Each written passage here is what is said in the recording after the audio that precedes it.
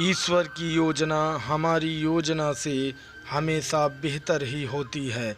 Life में कभी कभी ऐसा होता है कि हमें जो चाहिए, जिसका हम बहुत समय से इंतज़ार कर रहे होते हैं, वो हमें मिल तो जाता है, लेकिन कुछ ही पल में हमसे वो वापस भी चला जाता है।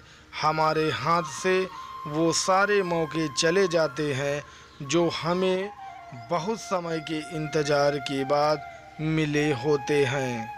ऐसी स्थिति में हम ईश्वर को कोसने लगते हैं। हम ईश्वर से कहने लगते हैं कि आपने मेरे साथ ऐसा क्यों किया। कुछ समय के लिए हमारा भरोसा ईश्वर पर से उठ जाता है, किंतु कुछ समय के बाद हमें ये एहसास हो जाता है कि जो हुआ वो हमारे लिए अच्छा ही था। ईश्वर की योजना हमसे अच्छी होती है। हमें ये बात समझनी चाहिए कि जो हमारे हाथ से चला गया वो हमारे लिए अच्छा ही नहीं था। ईश्वर ने जो कुछ भी किया वो सोच समझ कर ही किया होगा। एक छोटा सा 2 साल का बच्चा खेल रहा था।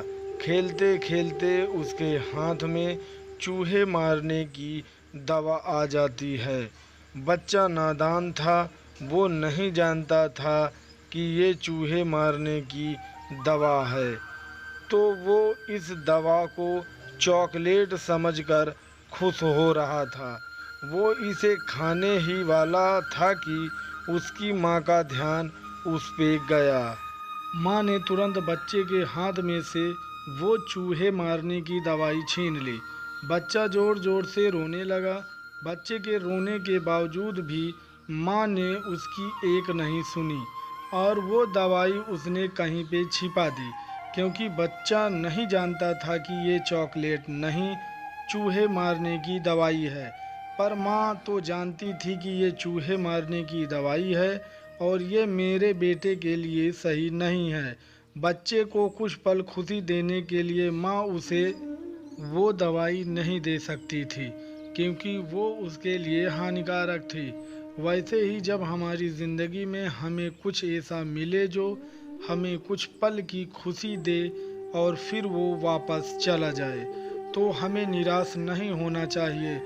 तभी हमें यही सोचना चाहिए कि हमें जो मिला था वो हमारे लिए अच्छा नहीं था। इस चूहे मारने की दवाई जैसा ही था। जैसा माँ ने बच्चे के हाथ में से इस चूहे मारने की दवाई को ले लिया, वैसे ही ईश्वर ने हमारे हाथ में से वो ले लिया, क्योंकि वो हमारे लिए अच्छा नहीं था। कभी कभी हमें सही और गलत का फ़र्क इस नादान बच्चे की तरह पता नहीं चलता है। पर जैसे माँ को तो पता था, वैसे ईश्वर को सब पता होता है। इसीलिए हमें ईश्वर की योजना पर भरोसा रख के हमारे साथ जो हुआ वही हमारे लिए बेहतर था।